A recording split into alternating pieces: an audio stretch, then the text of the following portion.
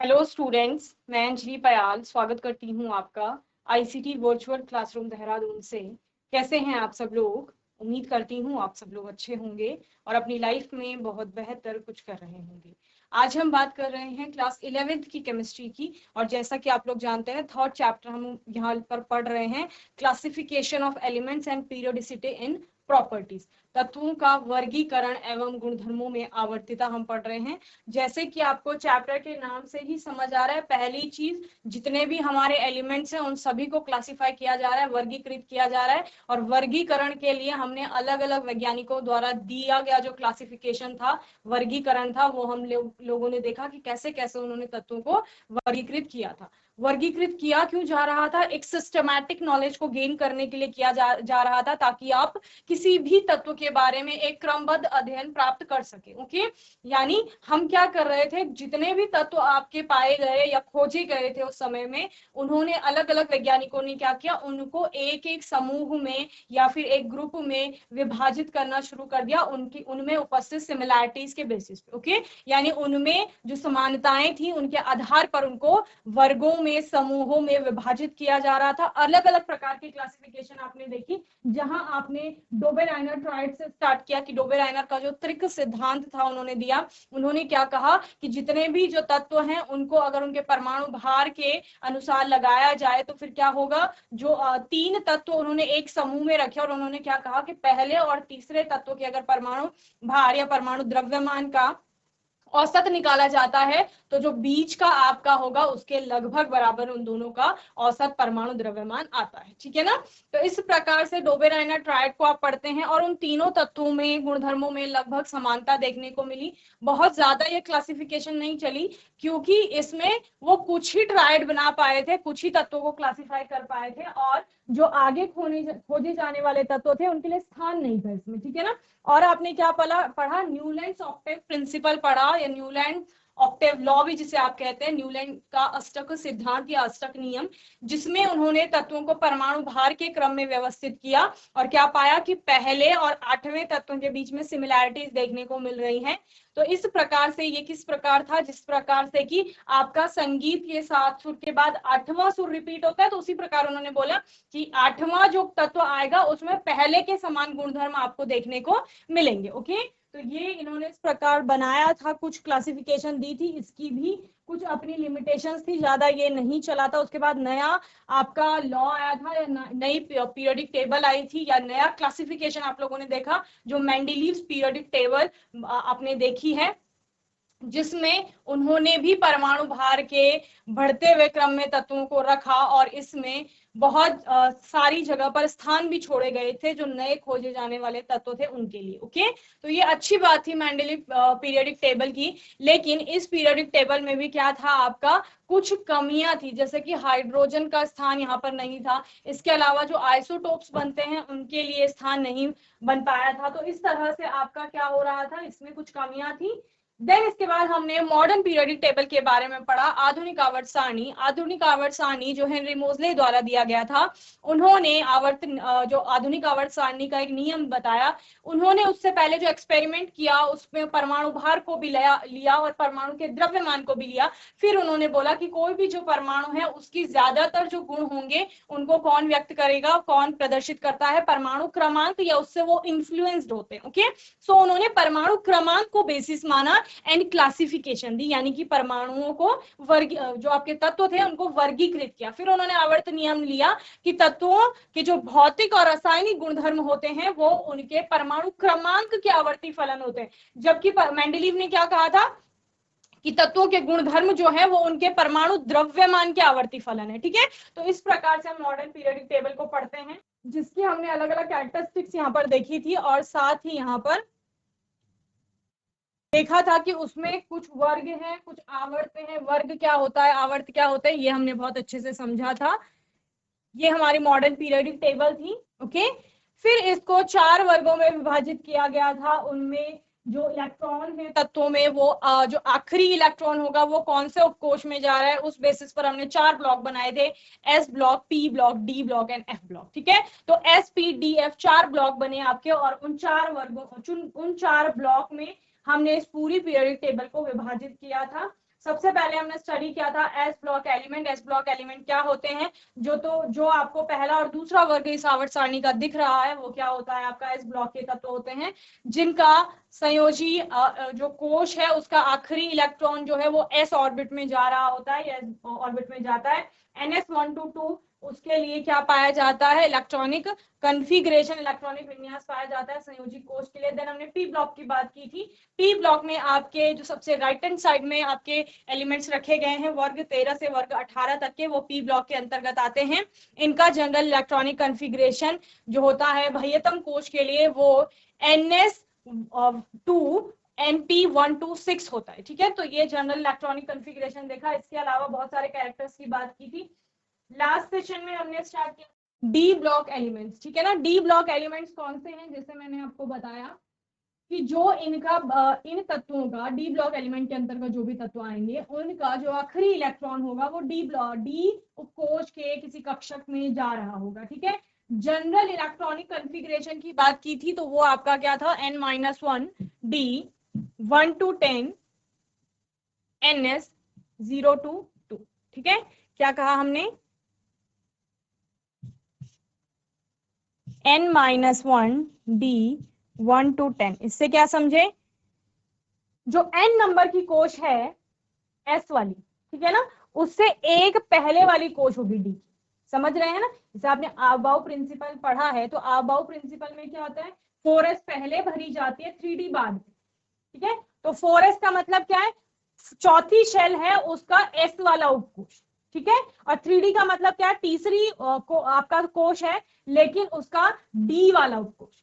Clear है? तो इस प्रकार N-1 D 1 to 10 और NS, ठीक है, 0 to 2 या 1 to 2 आप इसको लिखते हैं। 0 to 2 भी आता है कहीं कहीं पर, क्योंकि अलग अलग केसेस आप पढ़ते हैं जहां पर 3D पहले भर दिया जाता है 4s से। Okay, so the D block elements are known as transition elements because they have half filled or incompletely filled d orbitals in their ground state or in any of the oxidation state। ठीक है ना, D block element जो आपके होते हैं, D block के तत्व generally धातुएं भी होती हैं, धातुएं होती हैं, तो आप इनको डी ब्लॉक एलिमेंट्स या ट्रांजिशन एलिमेंट्स या ट्रांजिशन मेटल्स भी कहते हैं। ठीक है ना, तो इस प्रकार से इनको ट्रांजिशन एलिमेंट कहा जाता है, संक्रमण तत्व या संक्रमण धातुएं कहा जाता है। क्यों कहा जाता है?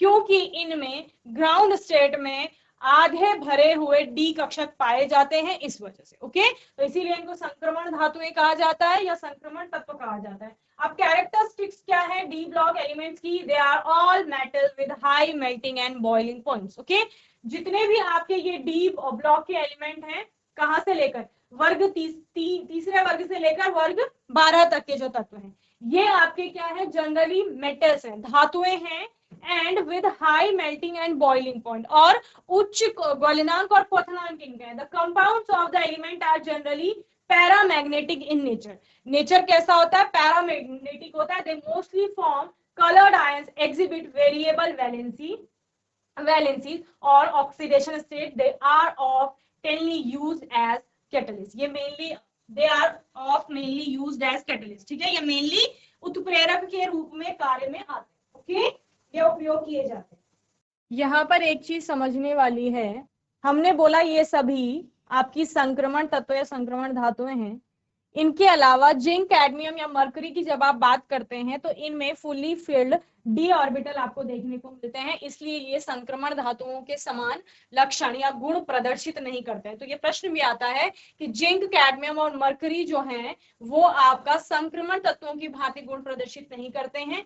क्यों? तो इसलिए नहीं प्रदर्शित कर रहे हैं क्योंकि वहां पर फुली फिल्ड आपको डी ऑर्बिटल देखने को मिलती हैं। और जनरली जो आपके ट्रांजिशन मेटल्स हैं वो डिपेंड कर रहा है किस पर? जो इनकम्प्लीटली फिल्ड या हाफ फिल्ड डी ऑर्बिटल्स हैं उनके ऊपर। ओके, चलिए हिंदी में लिखेंगे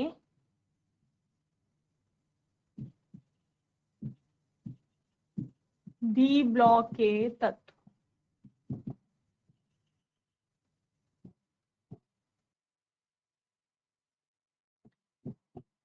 वर्ग 3 से वर्ग 12 के तत्व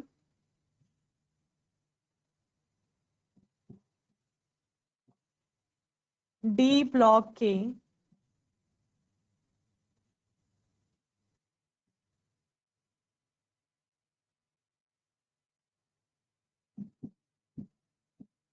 अंतर्गत आते हैं। ओके, आंतरिक डी कक्षक आंतरिक जो कोश होगा उसका डी कक्षक भरा जाता है यहाँ पर। और इसके अलावा जो हम बाह्यतम कोश के लिए सामान्य इलेक्ट्रॉनिक विन्यास की बात कर रहे हैं,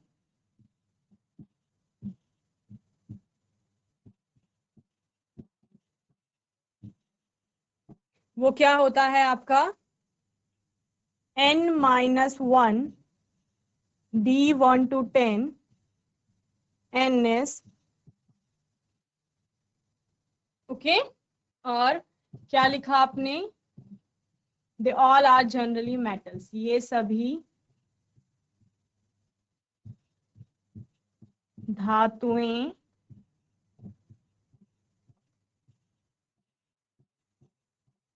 होती हैं। ओके, और इनके मेल्टिंग और बॉइलिंग पॉइंट हाई होते हैं। गलनांक व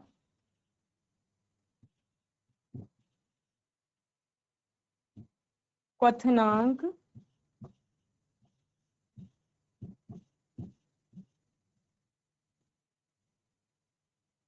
उच्च होते हैं। ओके,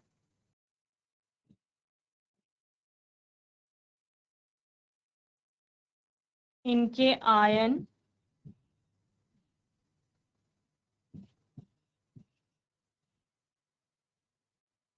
जनरली रंगीन होते हैं। देखो एक्सेप्शन आप इनऑर्गेनिक केमिस्ट्री में हर जगह देखते हैं, ठीक है ना।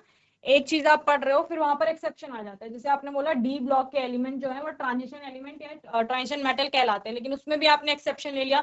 जिंक हो गया, कैडमियम हो गया, मरकरी हो गया, ये कुछ वैसे लक्षण प्रदर्शित नहीं कर रहे हैं, ठीक है। तो इनके आयन रंगीन होते हैं और प्रतिवर्ती संयोजकता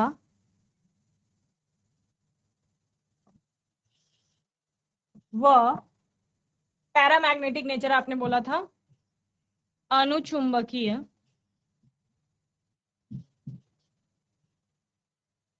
गुण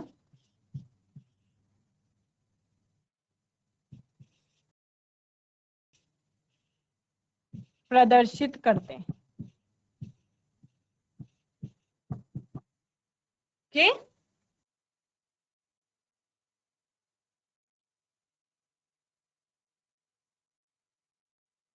आधे भरे डी कक्षकों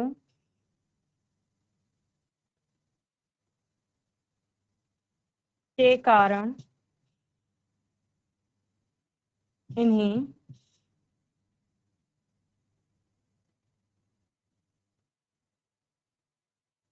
संक्रमण तत्व या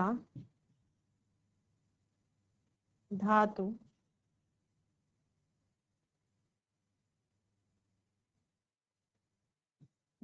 कहा जाता है।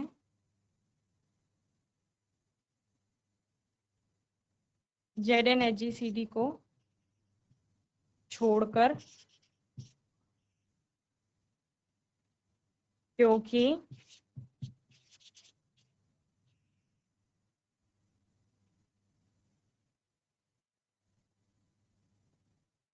इनमें पूर्ण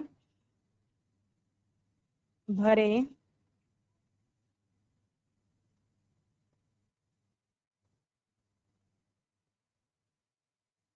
डी कक्षक होते हैं। ओके, चलिए नोट करिए जल्दी से। चलिए आगे बात करते हैं एफ ब्लॉक एलिमेंट्स की। एफ ब्लॉक एलिमेंट्स आपके क्या होते हैं, तो एफ ब्लॉक एलिमेंट्स आपके ये हैं जो यहाँ पीरियोडिक टेबल से अलग दो आपको आवर्त दिखाई दे रहे हैं। ये एफ ब्लॉक के अंतर्गत आते हैं, जो कहाँ से लिए गए हैं, यहाँ से लिए गए हैं। ये लेंथेनाइड सीरीज, ये आपकी एक्टेनाइड सीरीज। ओके, तो एक लेंथेनॉइड सीरीज कहा कहलाती है जो लेंथेनम के बाद आती है, और एक एक्टेनॉइड सीरीज कहलाती है जो एक्टिनियम के बाद आती है। ओके, तो परमाणु क्रमांक यहाँ पर बताए गए हैं कितने से लेकर यहाँ आपका 57 लेंथेनम के बाद से लेकर और 89 एक्टिनियम के बाद से लेकर। ओके, तो F block element general electronic configuration is n-2 f1 to 14 n-1 d 0 to 1 ns2।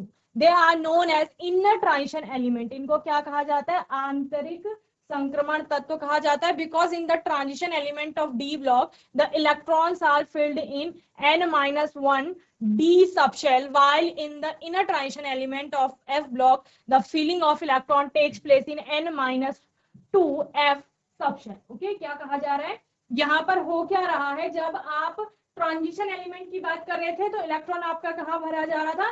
n-1 D वाली सबशेल में जा रहा था। लेकिन एफ ब्लॉक के केस में आप क्या कह रहे हो? n-2 एफ सबशेल में जा रहा है। ठीक है ना? यानी एन तो कौन सी कोश बता रहा है आपकी? जो एस वाली कोश है उसी का तो बता रहा है ना कि फोर्थ कोश जो सबसे लास्ट में।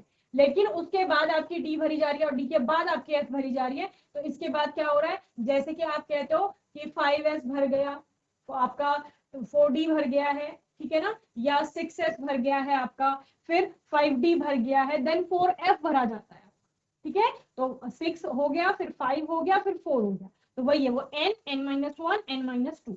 तो n-2 भरा जा रहा है। इस filling of electron takes place in n-2 f subshell which happens to be one inner subshell, जो कि इनर वाली अंदर वाली सबशेल में भरा जा रहा है। Characteristic of F block elements, characteristics क्या क्या है यहाँ पर? पहला है the 2 rows of elements at the bottom of the periodic table called the lanthanide, जहां कितने से? परमाणु क्रमांक Z सीरियम से स्टार्ट होता है जिसका परमाणु क्रमांक Z 58 है, वहां से लेकर के ल्यूरेशियम Z71 तक, एंड यहाँ पर एक्टिनॉइड से लेकर के, एक्टिनॉइड सीरीज जो है वो थोरियम से लेकर के आपका लॉरेंशियम तक जाती है जिसका परमाणु क्रमांक 103 है। ओके, चलिए।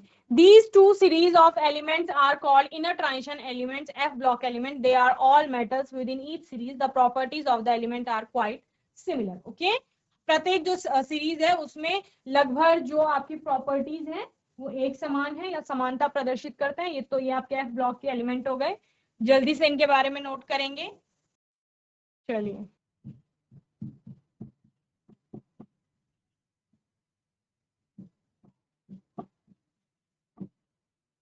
एफ ब्लॉक के तत्व।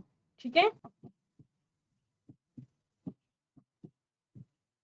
आवर्त सारणी के नीचे 2 आवर्त हैं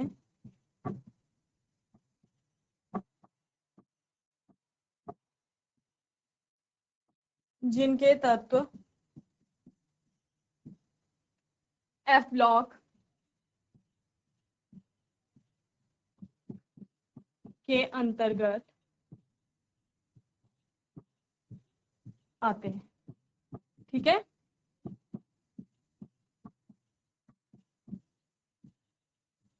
सामान्य इलेक्ट्रॉनिक विन्यास क्या था? n-2 f1 to 14 n-1 d 0 to 1 and ns 0 to 2। Okay, इस प्रकार से आपका इलेक्ट्रॉनिक कॉन्फ़िगरेशन आएगा। ns2 लिखेंगे, ठीक है, क्योंकि ns तो पहले भरा जाएगा। देन ये आपका सामान्य इलेक्ट्रॉनिक विन्यास हो गया। इसके अलावा आपने क्या बोला? ये जनरली धातुएं होती हैं।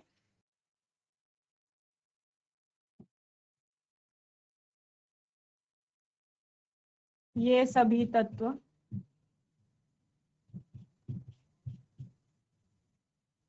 धातुएं हैं। ठीक है,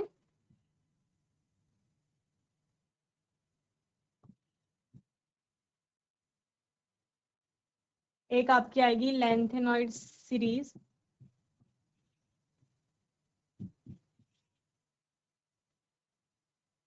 जिसमें 58 सीरियम से लेकर के लुटेशियम जो आपका कितना है? 72। ठीक है ना?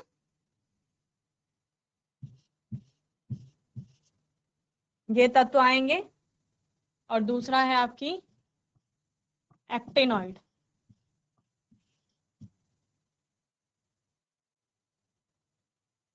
जिसमें आपका 90 परमाणु क्रमांक है थोरियम से लेकर 103 परमाणु क्रमांक लोरेंशियम तक, ठीक है। 90 परमाणु क्रमांक थोरियम से लेकर के तो 3 परमाणु क्रमांक लोरेंशियम तक के तत्व आएंगे, ओके। इन श्रेणियों को इन यानी लैंथेनॉइड और एक्टिनॉइड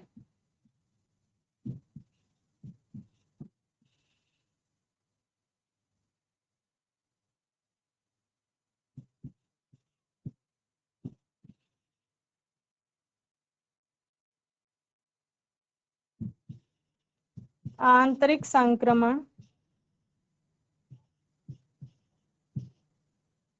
तत्व कहा जाता है, ओके। एक्टिनॉइड सीरीज में आपको रेडियो एक्टिव एलिमेंट्स देखने को मिलते हैं, तो ये भी लिख लेंगे आप कि एक्टिनॉइड सीरीज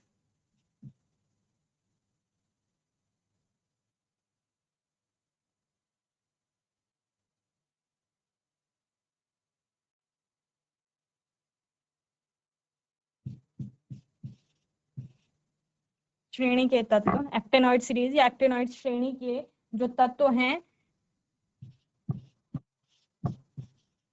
वो रेडियोधर्मी या रेडियो एक्टिव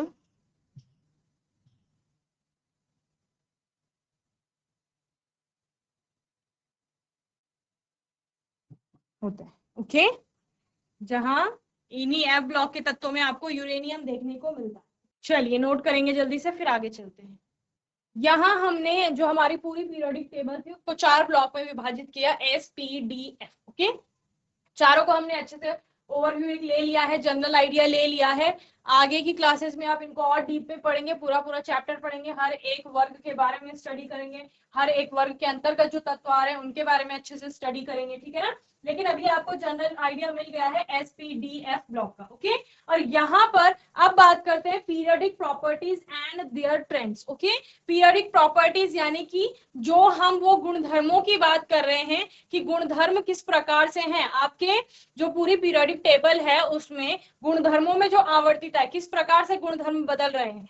फिजिकल प्रॉपर्टीज क्या क्या है, जिनमें आप melting point, boiling point, densities की बात करते हैं। वहीं पर आप परमाणु के आकार की बात करेंगे, परमाणु के आकार के अंतर्गत उसका एटॉमिक आयनिक रेडियाई आएगा, आयनाइजेशन एंथैल्पी आएगी, इलेक्ट्रॉन गेन एंथैल्पी आएगी, इलेक्ट्रोनेगेटिविटी आएगी। तो ये सब किस प्रकार से आपके तत्वों में अलग अलग प्रकार से दिख रहा है वो सब यहाँ पर हम लोग स्टडी करेंगे। उसके पीछे का जो रीजन है वो भी जानेंगे कि क्यों आपकी ये गुणधर्म बदल रहे हैं वर्ग में जब आप चल रहे हो या आवर्त में जब आप चल रहे हो, ठीक है ना।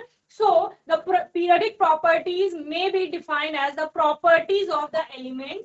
पीरियोडिक प्रॉपर्टीज है क्या, प्रॉपर्टीज है एलिमेंट की, यानी कि गुण है, आर डायरेक्टली और indirectly related to the electronic configuration of their atoms and show gradation increases और decreases in moving down a group और अ लॉन्गर पीरियड। क्या कहा जा रहा है, पीरियोडिक प्रॉपर्टीज है क्या।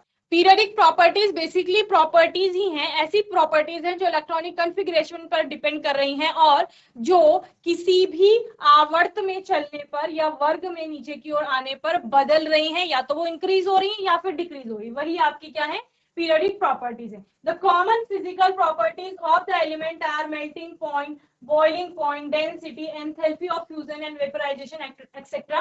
But we shall focus our attention mainly on the properties which are based on electronic configuration. These are atomic and ionic radii, ionization enthalpy, electron gain enthalpy, electronegativity. Okay. यहाँ पर physical properties आपकी बहुत सारी हैं जिनके बारे में आप जैसे 10th क्लास में भी आप लोगों ने पढ़ा है, जहां पर आप किसकी बात करते हैं, मेल्टिंग पॉइंट की बात करते हैं, यानी कि गलनांक हो गया, बॉइलिंग पॉइंट यानी कि क्वथनांक, डेंसिटी घनत्व हो गया, इसके अलावा एंथैल्पी ऑफ फ्यूजन हो गया, एंथैल्पी ऑफ वेपराइजेशन हो गया। तो इन सब की हम लोग वहां पर बात करते हैं, ठीक है। यहाँ पर हम किसके ऊपर बात करेंगे, जो प्रॉपर्टीज आपकी ज्यादातर इन्फ्लुएंस हो रही है बाय इलेक्ट्रॉनिक कॉन्फ़िगरेशन। तो वो क्या क्या है, एटॉमिक एंड आयनिक रेडियाई है, आयनाइजेशन एंथैल्पी है, इलेक्ट्रॉन गेन एंथैल्पी है, इलेक्ट्रोनेगेटिविटी है, और इसके अलावा भी कोई और प्रॉपर्टी होगी तो वो हम यहाँ पर स्टडी करेंगे। ओके, तो इतना सब हमें आने वाले सेशंस में पढ़ना है। ये जो 4 पॉइंट यहाँ पर मेनली लिखे गए हैं, इनको आप घर से एक बार देख के जरूर आएंगे। ओके, तो आज के सेशन में हमने डी और एफ ब्लॉक को पढ़ा यहाँ पर, और पीरियडिक प्रॉपर्टीज स्टार्ट की हैं। यहां तक चैप्टर को अच्छे से पढ़ लेंगे, रिवाइज कर लेंगे, कोई भी डाउट होगा, क्वेश्चन होगा, आने वाले सेशन में आप लोग पूछ लेंगे। और तब तक के लिए आईसीटी वर्चुअल क्लासरूम से जुड़ने के लिए धन्यवाद।